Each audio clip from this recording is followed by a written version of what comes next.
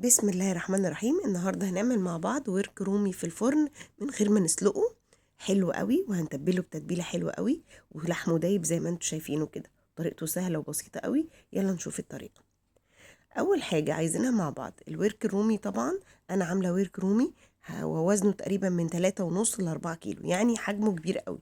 بعمل له فتحات كده واغسله كويس قوي وانقعه في المحلول بتاعه اللي انا بعمله له، اللي هو ملح وبيكربونات صوديوم في قلب ميه، ويقعد مش اقل من ساعتين. المحلول ده مهم قوي لسواه. طبعا الورك حجمه كبير قوي. نجهز بقى الخلطة بتاعتنا اللي هنعمله بيها: طماطم وفلفل حامي وفلفل بارد وبصل. طبعا الفلفل الحامي حسب رغبتك، والعصير ليمونتين، دبس رمان. والدبس الرمان بيساعد على سواه وبيديله مزازة حلوة قوي.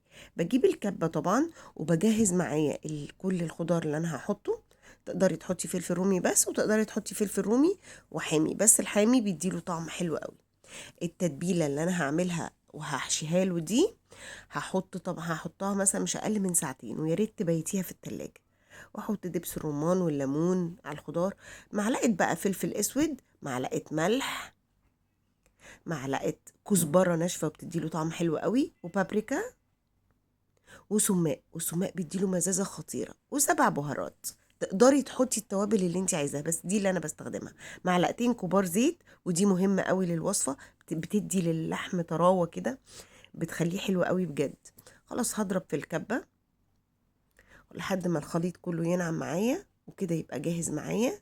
ابدأ بقى اجيب الورك بتاعي واحشي الفتحات اللي انا عاملاها دي. انا فاصله الدبوس عن الحته اللي فوق، يعني انا فاصلاه.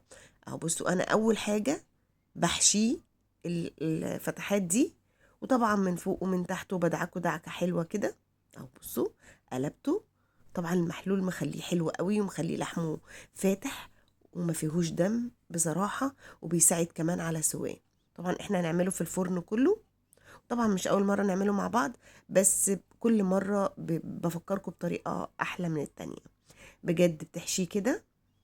خلاص كده انا حشيته. ادخله بقى التلاجة مش اقل من ساعتين، ويا ريت لو بيتناه في التتبيله دي بيشرب منها، ولحمه بيكون زي الزبده. بجد بجد لحمه بيكون زي الزبده.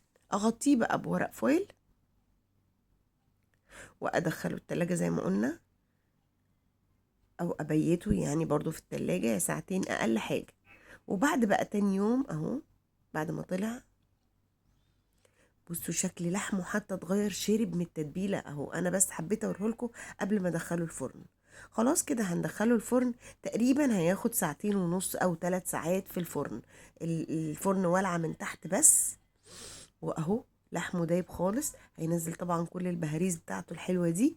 ابدا اسقي الورك من فوق اهو، وبعدين اخده تاني. اشيل بقى الورق الفويل منه وادخله الفرن من فوق وانا واقفه كده، يعني اولع الشوايه من فوق علشان شكله يتحمر بس من فوق، واقدمه. مش هعمل اكتر من كده.